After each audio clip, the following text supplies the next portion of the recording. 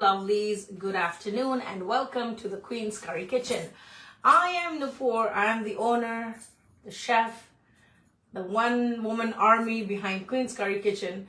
I run a meal delivery service of Indian food in New York City, and I also teach how to cook Indian food at home, online, with books, with online classes, all of that good stuff. I know you've seen me before, but if this is your first time here, don't let it be your last. Join this live, follow this page, and keep your notifications on so you can get notified of whenever I'm going to go live next. So I'm actually cooking dinner for my family, and I thought, why don't I bring you in? It's been a minute since I was on a live feed with all of you. And today is as good of an opportunity as ever to do that.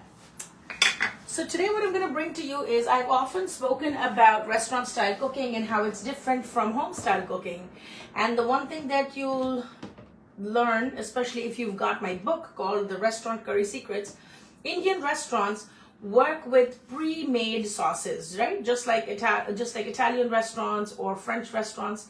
There are some basic sauces that Indian restaurants will make and keep in their bain-marie, and they will add that to the pan when they're finishing those dishes. At home, we don't do that. So if I have to, let's say today the dish that we're going to do is called a red kidney bean curry or Rajma Masala.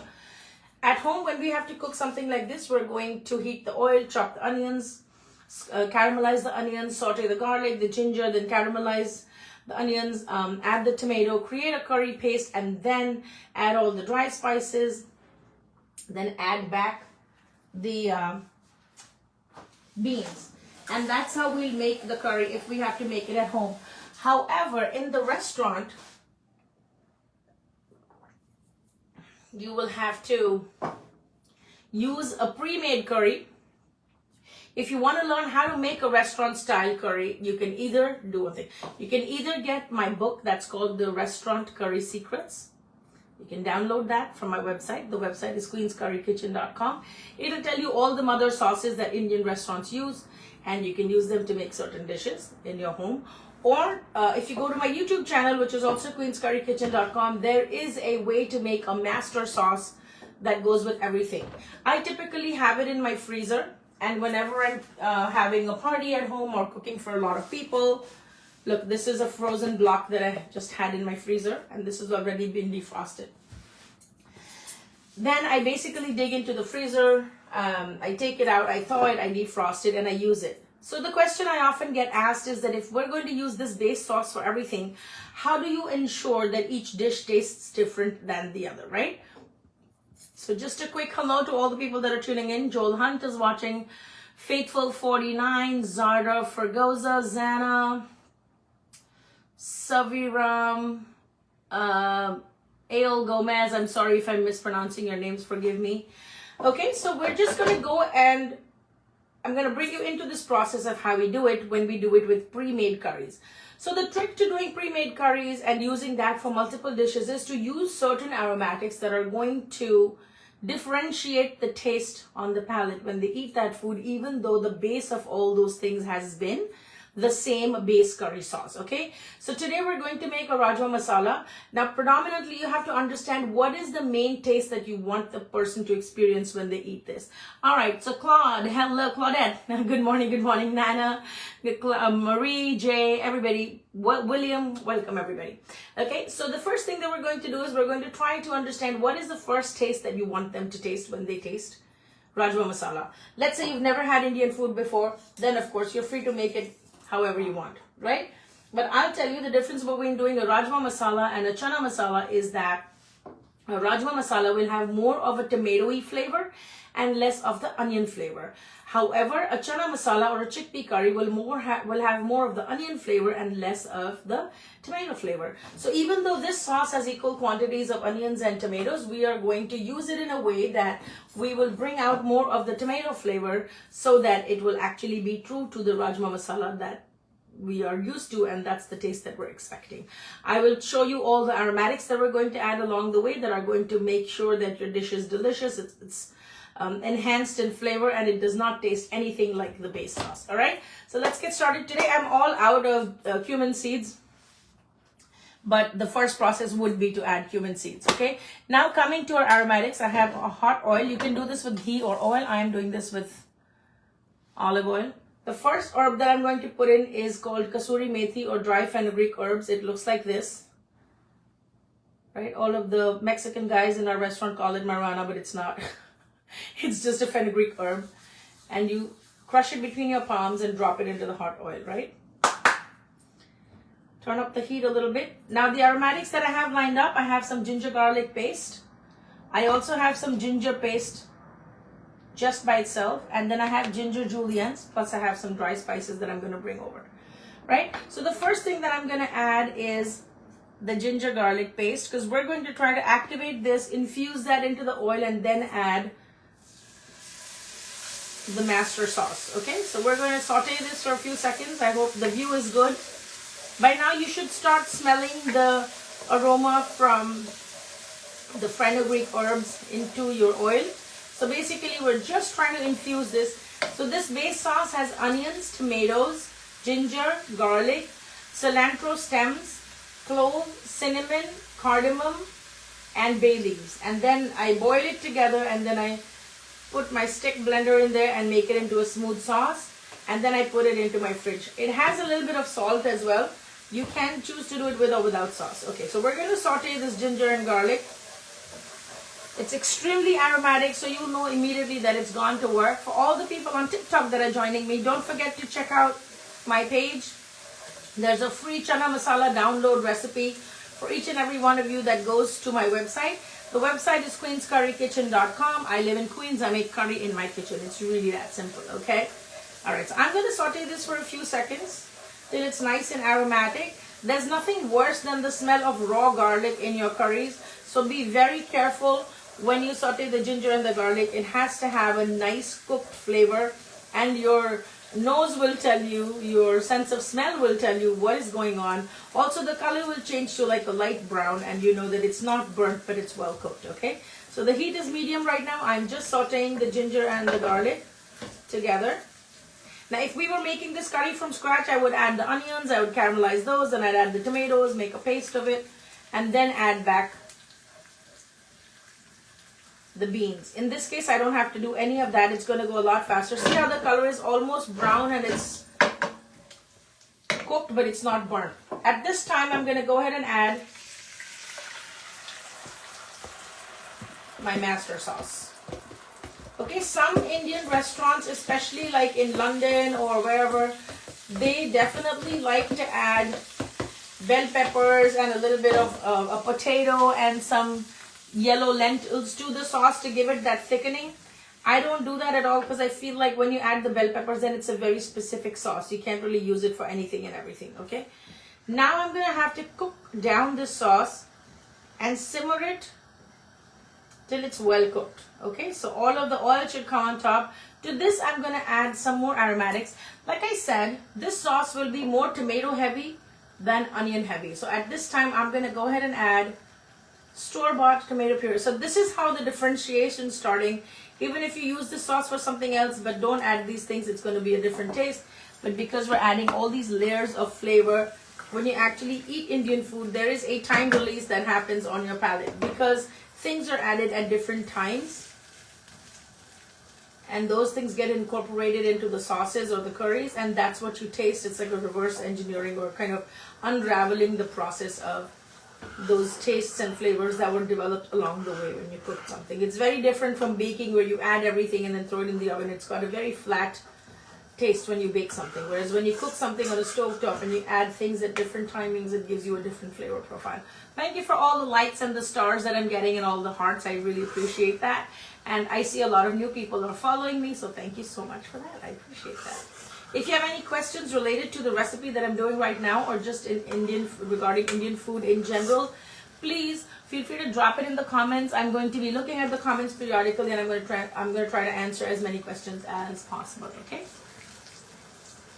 Sam Nelson, Monica, Kaya, Eid, Sherry Lynn, thank you, Veronica, thanks so much. Also, if you're on Facebook, share this page with your friends and family so they can also learn a thing or two about Indian cooking and how to do it really nicely at home.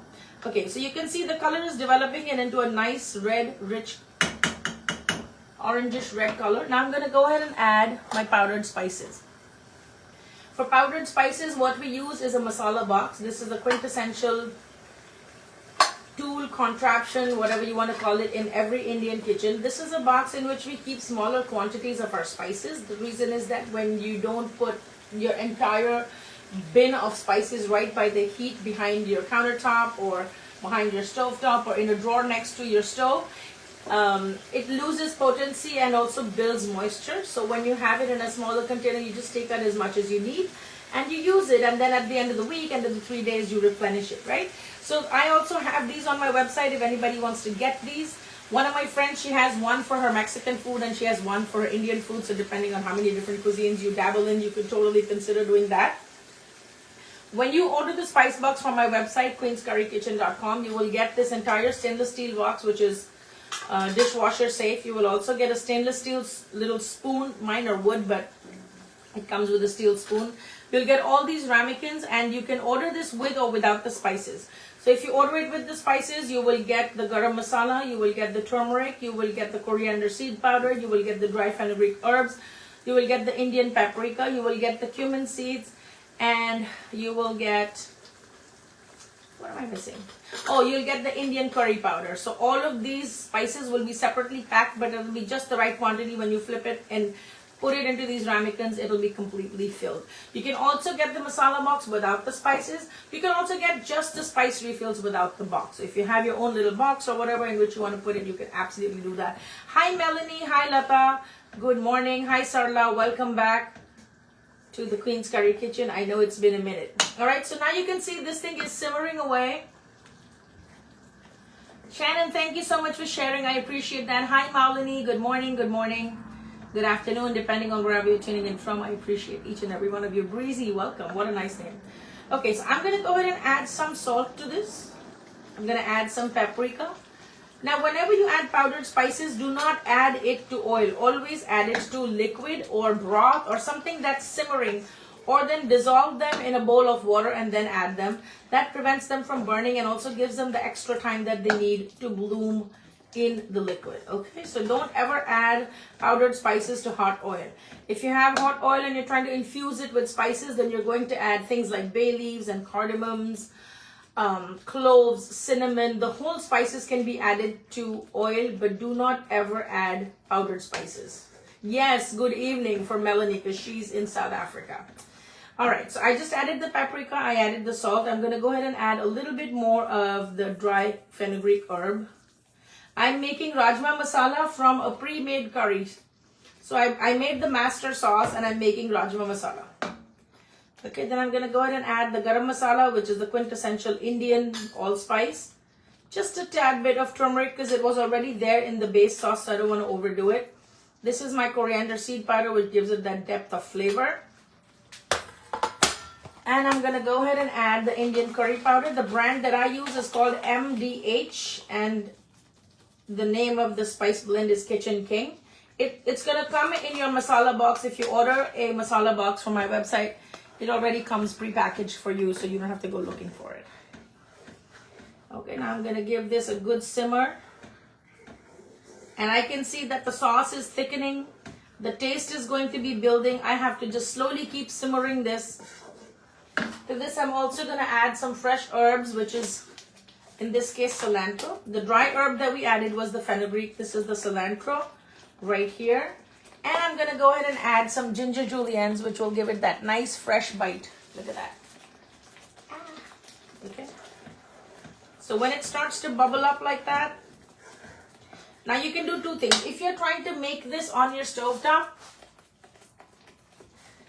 then just boil the beans or use the can of beans and stick it in there and then let that simmer. That should do it. If you're trying to make this in your instant pot like I am, I already boiled these beans. These are freshly soaked beans that I boiled at the bean setting in my instant pot, and I'm going to use these. See how well they have become tender. So it's just the bean setting on the instant pot. You don't have to babysit your food. You see how smooth they are? You just added a little water and some salt. So these were boiled in the Instant Pot. If you don't want to work with dry beans from the dry goods store, you can always get a can of red kidney beans and make Rajma masala at home. Now, once you know how to add flavor to your sauce, you can basically use this sauce for anything, whether it's chicken, whether it's rajma, whether it's mushrooms, whether it's mixed vegetables. You can literally throw in a packet of frozen mixed vegetables in there and get vegetable curry. But this is how restaurants do the finishing on all the sauces that actually come from the mother sauces to differentiate one dish from another. You can also make something like Matar Paneer if that's your favorite. Use this sauce, use these aromatics, build it out, let it simmer, and then add the peas, add the paneer, whatever you want to make with it, you can. You just have to take the extra time. You just have to take the extra time to cook this out and add some more infusions of flavor so that it's going to be a unique sauce and taste nothing like the base sauce from which it came. Jill Mill, good afternoon, good morning. How are you today? Welcome to the Queen's Curry Kitchen. I think you are new here.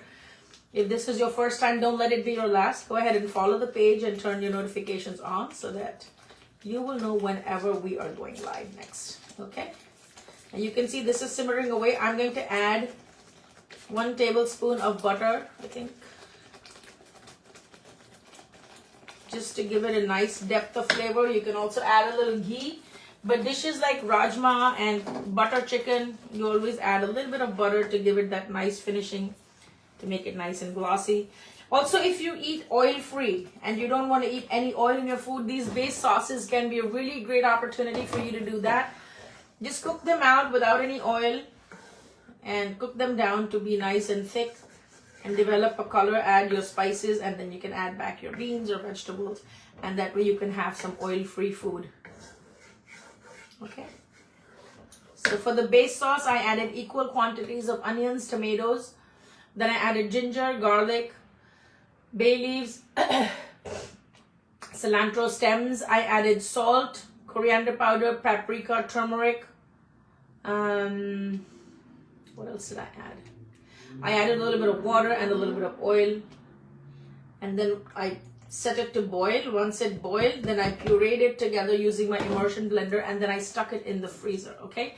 So if you have any questions about what you're seeing, either just stick it in the chat box or then type it down below so I can see your comments and I can respond to those. Also, if you're watching this replay, let me know where you're tuning in from, because that's what we want to know. Where are you tuning in from? Have you ever had Rajma masala? And if you like it, why do you like it? So I'm tuning in from Queens, New York. Let me know what part of the world you are listening to me from. I know Melanie is from South Africa. Okay, now since I'm not going to do this in the Instant Pot right now, hello Rajna, how are you? There we have California is in the house, Florida is in the house. Oh my God, Pat is from Florida.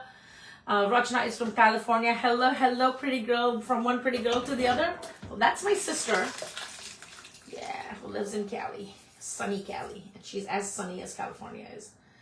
Okay, so we just take the whole Rajma, we dunk it in there. You will laugh at me because we're only a family of 3. But this is way too much food. Correct? Yes, correct.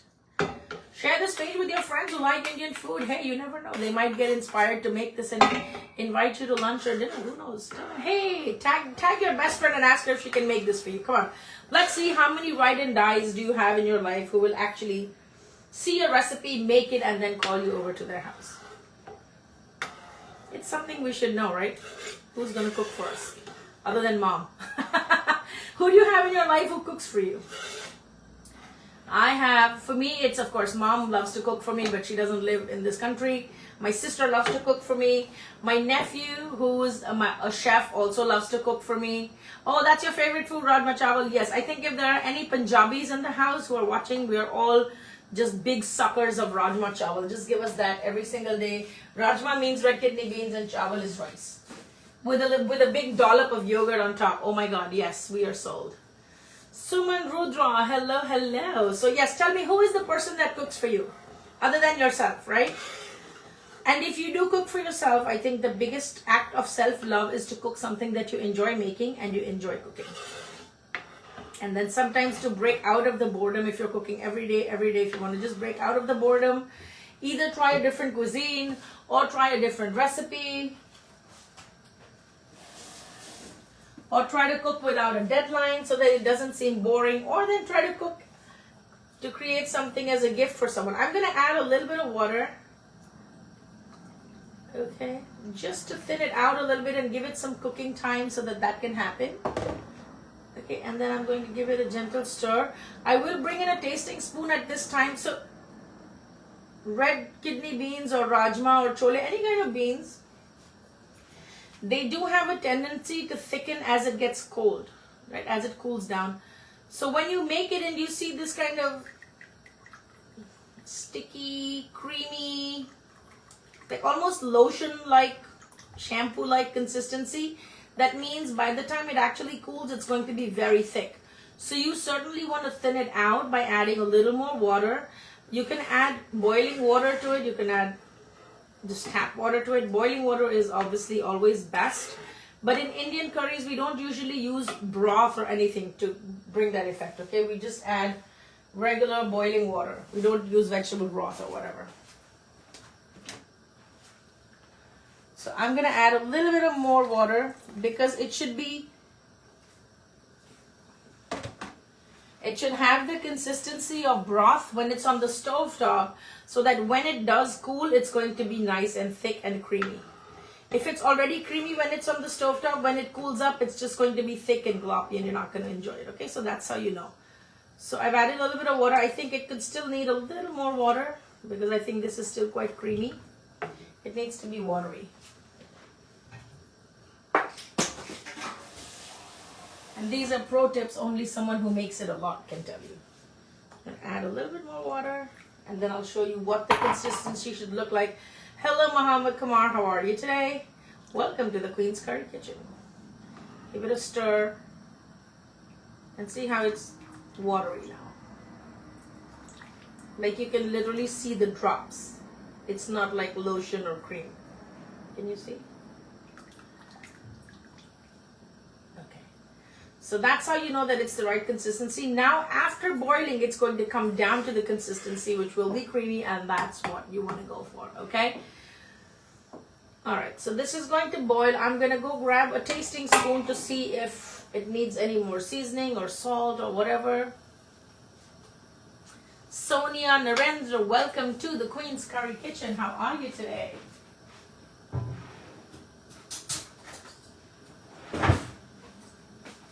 Okay, so I do have to allow it to boil, but I'm just going to taste it for seasoning to make sure that it's salty enough, flavorful enough.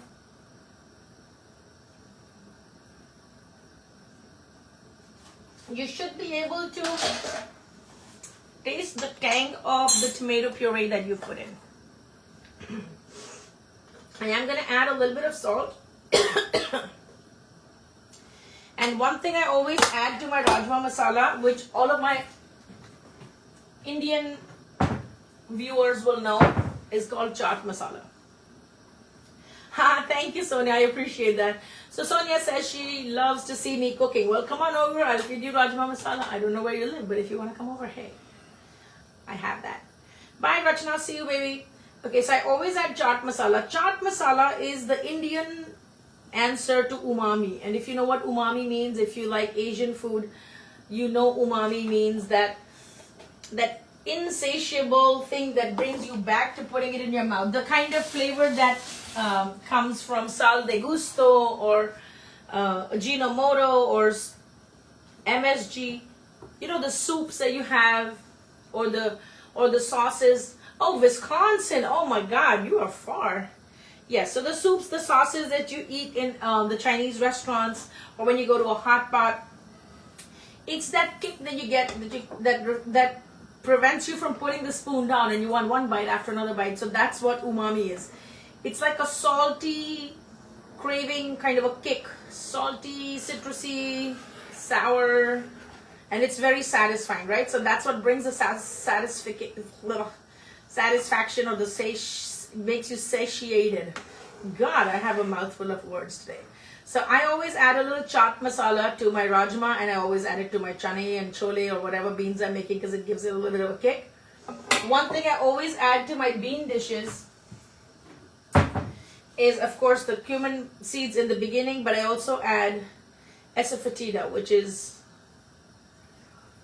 our hing, right? So we add this because it controls flatulence. It makes it easy to digest the beans.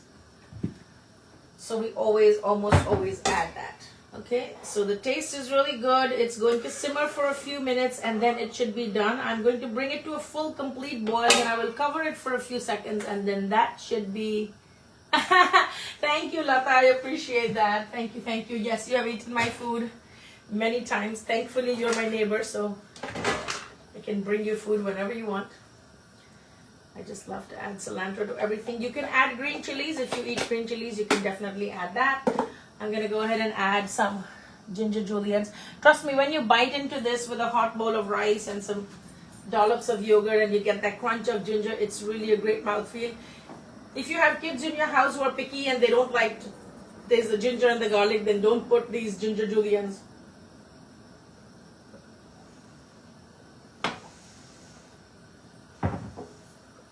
By the way, quick question for my TikTok viewers. You know what is the number one question that I get asked on my TikTok feed? It's not about food. So I need you to guess what's the question that comes up again and again in my TikTok comments and sometimes also in private messages. The answer is going to make you laugh and it's really just funny. So guess what is the question that I get asked a lot of times in my comments? It's not about food. Can you guess what is that question? My glasses? I wish it was that simple, but it's not. Yes, sometimes I get asked about my glasses. Sometimes I get asked about this bracelet. But like I'm at home, I'm not even like fancy dressed or anything. Sometimes it's about the glasses. But those will be the girls, they ask about the glasses. The guys ask other things. So, okay. So Labiela says it's about the curry. No, I don't get asked about curry. You'll laugh if I tell you what it is. So I'll give you one more guess. Like, okay, take another guess. What do you think these people ask me in my comments? Like, either in the comments or in private messages, what are they asking me? Any guesses? One more guess. I'll give you one more guess. Hey, Christine. Hey, Rosa. Hey, Janine. Hey, Serge. Hello, Sunita. How are you today? Welcome to the Queen's Curry Kitchen. We are making Rajma Masala from a master sauce that we made in our kitchen, in our Instant Pot. And now we are bringing flavor to our Rajma Masala, doing it the quick, short way.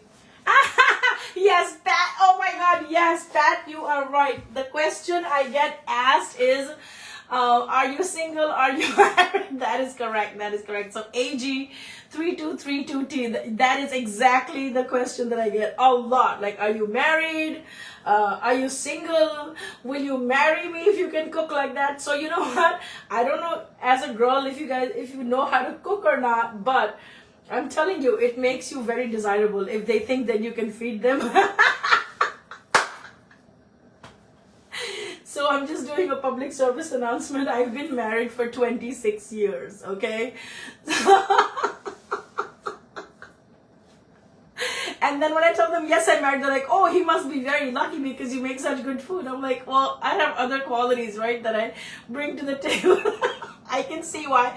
Okay, then that means you're a guy. If you're saying that you can see why, clearly you're not a girl, you're a guy. I can't see your name because I think it's like a bunch of letters and numbers, but it's just hilarious to me. So, you know, I find it flattering, but at the same time, it's so hilarious. So all these, okay, you're a guy, obviously. Okay, so you know what? Guys are still looking for someone who can feed them. And back in the day, I used to work for a Guyanese radio station.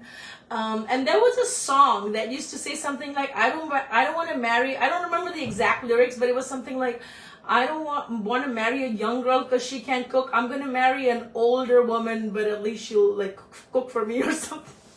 So yes, I get asked that all the time. And also things like, oh, I don't see a ring, like, are you married? So people like observe everything. I usually don't wear a ring when I'm in the kitchen, but sometimes I do. So yes, people observe everything. So all the sweeties that I'm, you know, just doing, looking hot. Well, that's my best friend from college and she's not a guy. And she's saying I'm looking hot in these ratty clothes from you know, my like whatever, my home clothes that I wear in the kitchen with like oil stains. If you think I look hot like this, thank you, Anu. There's no doubt that you're my best friend.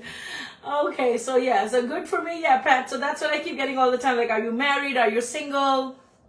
And all that good stuff. And so when I tell them, you know what, honey, you're late to the party by 26 years, then they're like, oh, he must be a really lucky guy. Meanwhile, my husband is always finding fault with what I make. Oh, this is not good. That didn't come out right. And I make a lot of dishes that his mom taught me to make. So he's like literally finding fault with all of that too. So whatever. So, you know, life is complicated. People don't value what they have. And then I have somebody from Chicago, somebody from another side of the world who's asking me if I'm single. So you know what? If anything ever changes, no. Melanie says, congratulations on your 26 years. You definitely look very happy.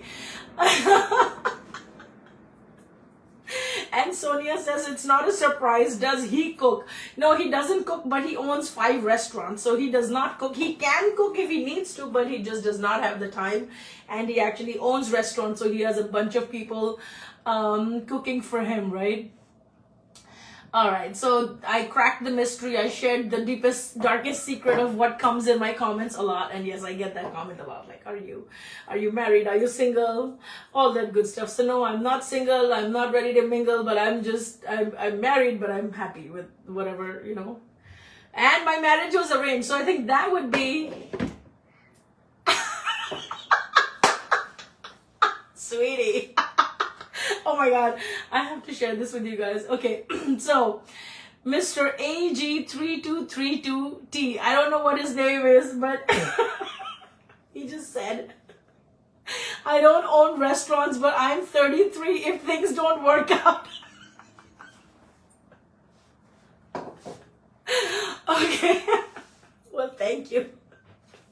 See how good you guys are for my ego. So on the days when I'm really feeling like down and low, I should just come on the live and be like, hey, you know what? Who's single and who needs to learn how to cook? Like, I'll teach you a thing or two. You're 33. Okay, well, that's very reassuring. But you know what? I'm 51. And there are no filters on this camera right now. This is my real face. I'm 51. So I don't think it'll work out with someone who's 33. Because I don't think we'll like mentally match on a lot of things. But okay, it gave me a good laugh. So well, thank you, and I hope that you find someone who can you know, cook nicely and feed you like good food. Okay, and if they can't, then just send them over to my classes. I'll teach them a thing or two. Okay, coming back to the recipe. Enough of the goofing around. Coming back to the recipe. You can see this is now simmering, right? Now I always talk about how do I know in a curry when it's ready for the next step or when it's done.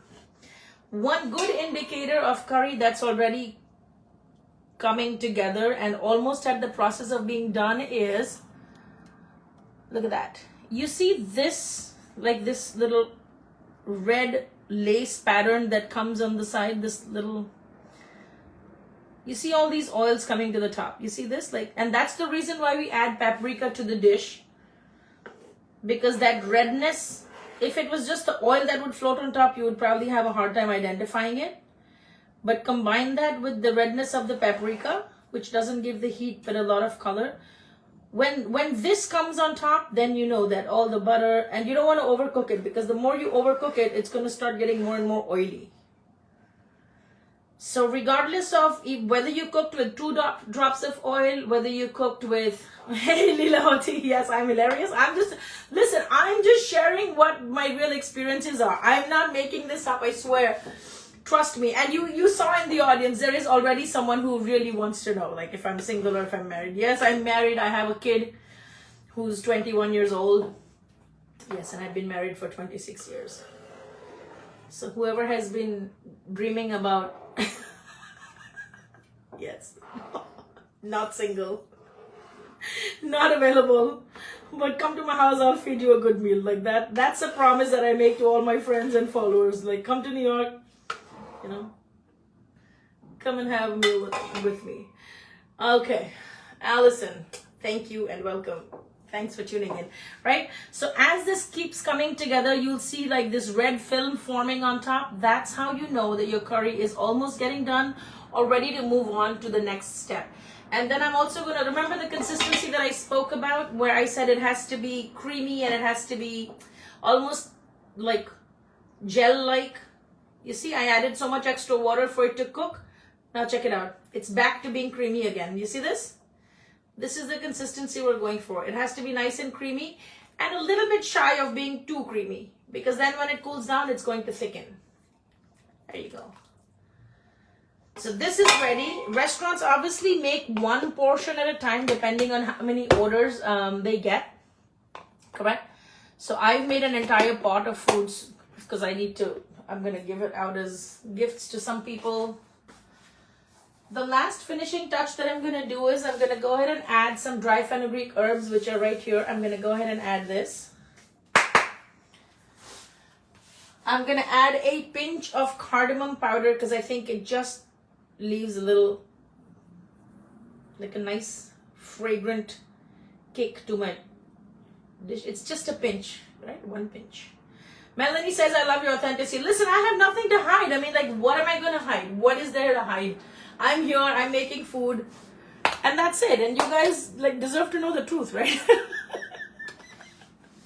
But see, isn't that flattering? Like, someone asking me about where I got my glasses or where I got my bracelet, but then someone saying, like, hey, like, coming into the private messages, like, are you single? Okay, dude. The brother is lonely for Valentine's Day. I don't know. Okay, I'm going to go ahead and add a pinch of garam masala. Right, this is extremely aromatic because it has cloves, cinnamon, cardamom. And we already added this before, so you don't want to do an overkill with that, right? Just give it a gentle stir. And turn it off. That's it. Your Rajma masala for dinner is done. Karishma, good afternoon. Where have you been, darling? I missed you. All right, so there we go. This was made from a pre-made sauce. Like I said, if you want to get the recipe for the pre-made sauce, either go ahead and get my book online. The web address is queenscurrykitchen.com. There's books, there's ebooks, there's classes that you can sign up for. There's also a masala box that comes fully loaded with all the spices if you want to start cooking like me. And if you just want a free chana masala recipe download, then go ahead and get that. It's also available on my website, queenscurrykitchen.com. You can head over there and download the recipe and make the chickpea curry in your home. Okay, so that's that. I am going to decline all of the people who want to join the live because for whatever reason I don't know them, so not happening.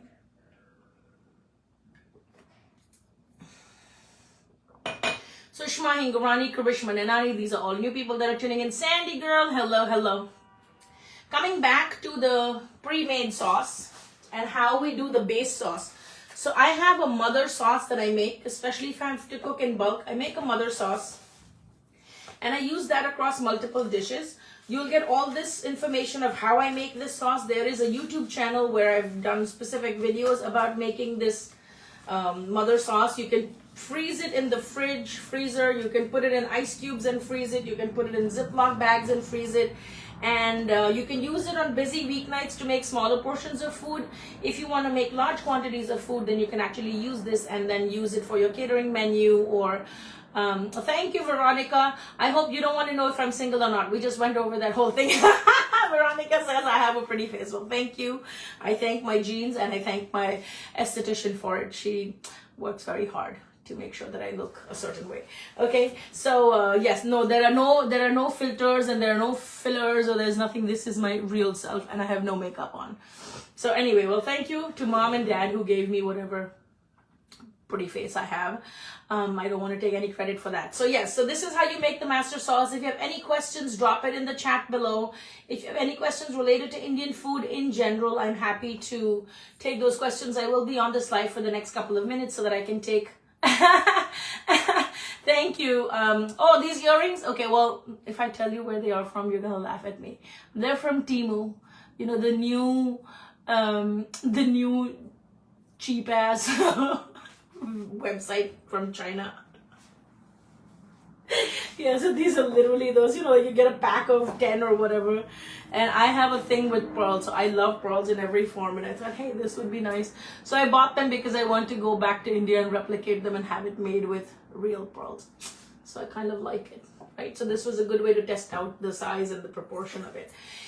Okay, so anything related to Indian food? If you have any questions that you want to ask related to curries, anything that you think is your favorite but you don't know how to make it. Sometimes there's a particular dish that you always go out for as a takeout special or to your neighborhood, or if you ever travel to India and you like something, drop it in the chat below. So I know I have people from all over the world, all over the country that are tuned in. If you're catching the replay, drop the word replay so that we will be able to greet you and acknowledge you here. How do you make crispy rice? Okay, so there's a couple of ways to do that. I don't know if you're asking about the rice crisps that come as puffed rice, or are you talking about using basmati rice and crisping that up? If you're asking about rice that you crisp up in the pan from raw rice, the way you do it is you add butter and oil to the bottom of the pan, and then you wash and soak your rice for at least 10 to 20 minutes, right? And then you rinse out all the water and you pour the rice onto the pan, but don't make a very thick layer of it, and then it cooks with the contact of the hot pan and the butter and the oil. Right? If you're making a big pot of rice and you only want the bottom to be crisped up, then the best thing to do is I like chicken curry, but when you make it, but like always chewy, your head just chewing and throwing. Oh, okay. So Rajal, I think the reason that you're getting a very chewy piece of chicken is because you're probably either not getting the right cut of chicken, and also you probably may not be cutting it properly, right? So there could be two reasons. If you want the softest and most tender parts of chicken, then definitely go with dark meat, which is the thigh and the leg. The chicken breast tends to be a little chewy, especially if you overcook it or if you have big chunks of it, then that happens. If you're doing something like a fried chicken cutlet or chicken Milanese, you have to pound it out, like make it really thin and pound it out. And then you have to marinate it with eggs so that the egg kind of breaks down the protein. You can also use a meat tenderizer, or you can use green papaya pulp with your meat or chicken to make it tender. You also get powders of meat tenderizers that you can add to chicken marinations to make it soft. Chinese restaurants, when they prepare the chicken for anything, especially if it's white meat chicken, they usually add baking soda. So that's their trick.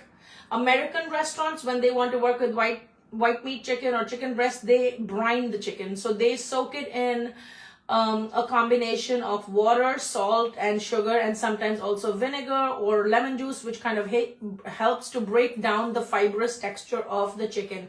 So Rajal, I hope that answered your question. You can either switch to just working with chicken thighs and chicken legs to make it nice and moist and tender, or if you're going to use chicken breast, then either cut it really small and don't overcook it. Also, you can add things like yogurt in the marination. You can also add lemon juice to a marination and let it marinate for 15 to 20 minutes to break down some of the tough fibers, okay? So those are the couple of things. What part of the chicken should I use? If I love Olive Garden, so it's soft and juicy. Okay, so Olive Garden and most American restaurants or any restaurants, they just use a lot of the white meat chicken. So it's not, they don't use any dark meat at all. If you want to keep it soft, there's a couple of things. If you're still going to work with chicken breast, or you only eat white meat and you don't eat dark meat, then first of all, cut it very thin, or then just buy the thin cutlets that are really cut thin. And then don't overcook them. You can also marinate them. Like I said, you can brine them, right, Rajal? So you can brine them in a combination of water, sea salt, and sugar, and you can brine them for half an hour to 40 minutes or even overnight. That should do it. And so when you cook it, it's going to be nice and juicy on the inside. But the trick is to not overcook chicken breast. The minute you overcook it, it gets really weird and chewy, and like it just loses. As it is, it has no flavor. And then when you overcook it, the texture becomes really nasty. Okay, so just be mindful of that. You'll be able to replicate that. Okay, Poonam Anand says, what is the right time and the way to make salmon? So Poonam, are you asking about a salmon curry, or are you asking about like a grilled salmon?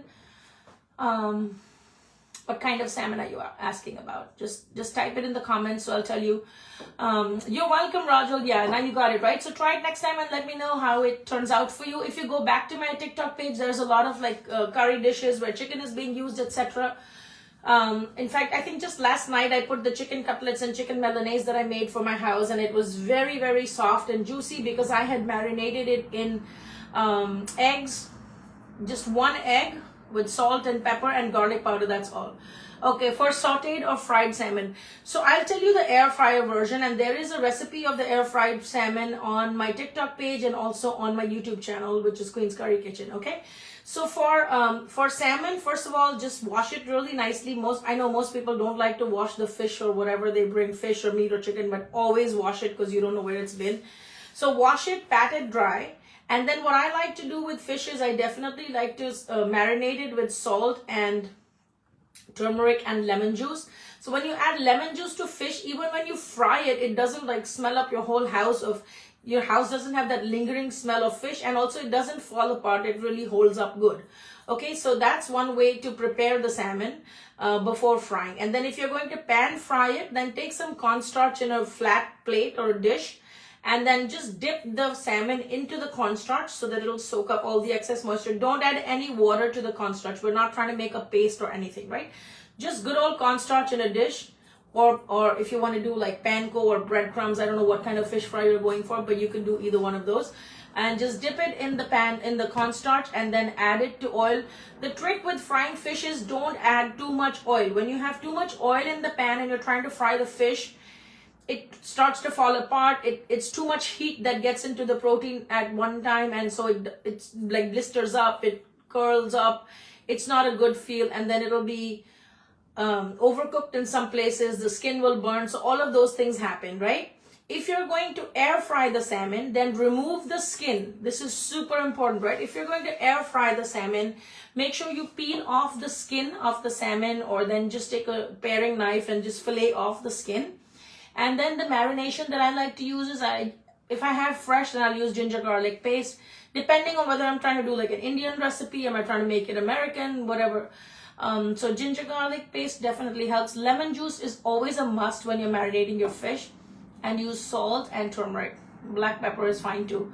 When you're doing fish, don't add eggs because then it becomes too eggy and then it's not a good taste. But if you're marinating chicken and you want soft chicken, you should definitely add an egg. Even if you're making chicken burgers with like minced chicken or chicken meatballs, add an egg to your chicken. It really changes the texture and makes it very velvety, right? So definitely do that.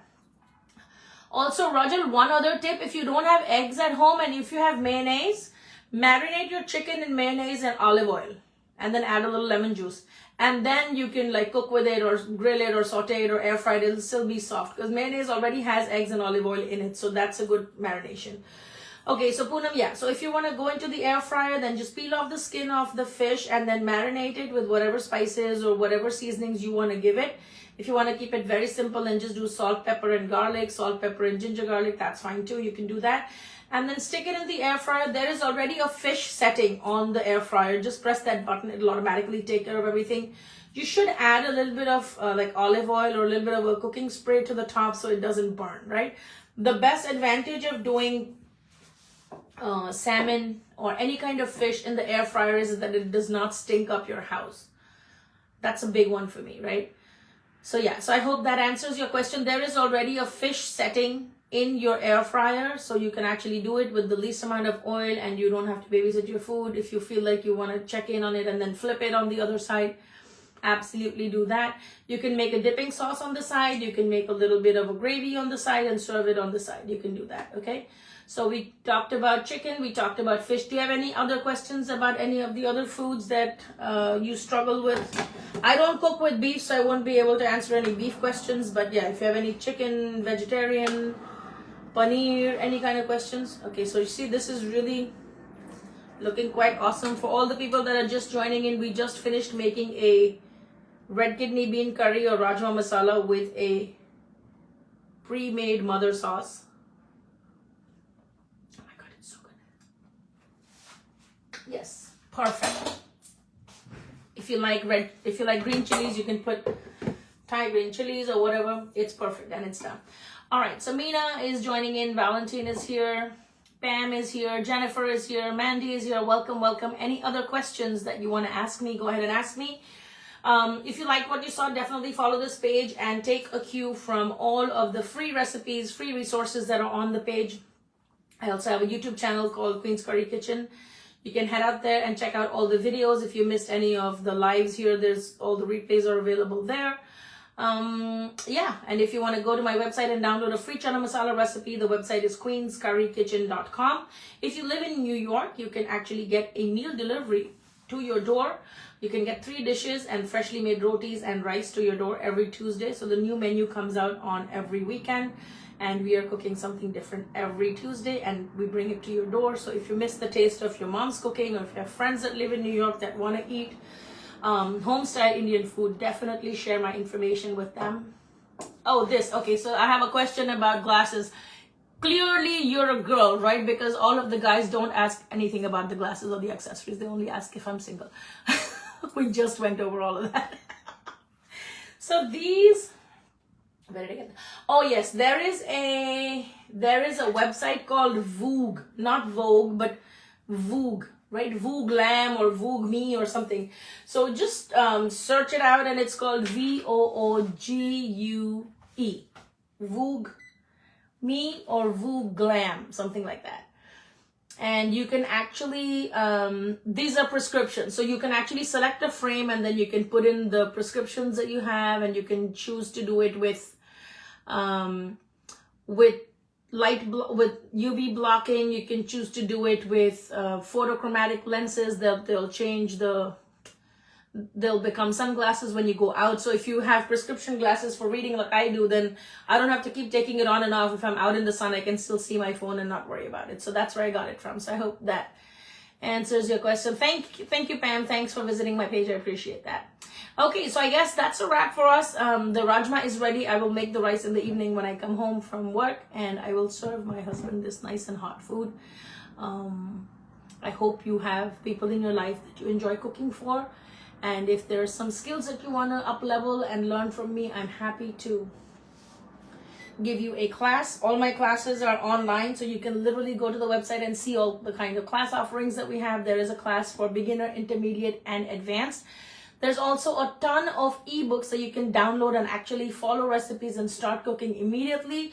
All my books are about 9 to 10 pages thick. It's not a big volume of books that you have to bring to the kitchen and worry about getting stained.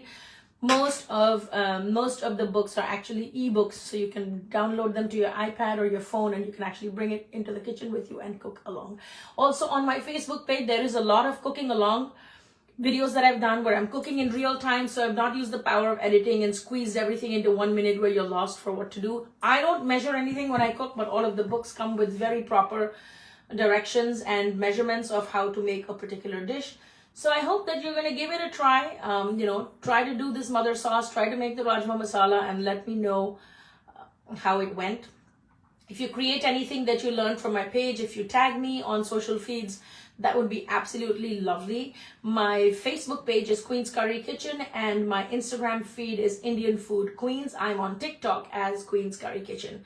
So head over to the social feeds, and if you're not following me, follow me. Turn on your notifications so that I can see you every time I'm here. I'll be able to see you, and you'll be able to see me. So with that, I am going to wrap up. Saida, thank you so much for tuning in. Melanie, thank you. I hope he enjoys the dinner. I hope so. He's very critical. So he always has something to say, oh, this is not good, that's not good. But I'll keep you guys posted. When I come on next time, I will tell you what his reaction was, okay? So thank you, Nadira, for the follow. I really appreciate that. I will see you guys in another video. Until then, be blissful and be flavorful. I will put pictures of what this finished dish looks like. It'll be in my stories, so you can definitely click on that, and I will insert a live link to this live that we conducted on Facebook. Yes, I like the way Rachel Ray cooks Mexican food. I mean, Rachel does a lot of Italian, she does a lot of Mexican, she does some south of the border, so she kind of does a little bit of everything. And I used to watch her a lot back in the day. My favorites used to be Rachel Ray. I used to watch I was never a fan of Paula Deen, But I used to love watching Rachel Ray. I used to love watching Ina Gardner. And I used to love watching Bobby Flay. Like back in the day, I used to watch Food Network a lot. Like a lot of, every single day I used to. That was permanently, I think I put on like 20 pounds just by watching that channel. Even though I wasn't eating the food. I used to love watching the Food Network Star. That was my favorite thing too. Yeah. All right, so you know what? I'm going to sign off because I do have to go to work. It's 2 o'clock. I have to go to my restaurant to work and I have to be there for 5. So I have to obviously wind up everything. And I'll see you on the other side. Don't forget to stay in touch through all the social feeds. Thank you for all the love and all the support that you show by coming to my lives and joining me and sharing this with your friends. I appreciate each and every one of you. Until next time, be blissful, be flavorful, and don't forget that a good home-cooked meal is never too far from you. Take the time, put the intention, and put some love in your food. I'll catch you on the other side. Bye.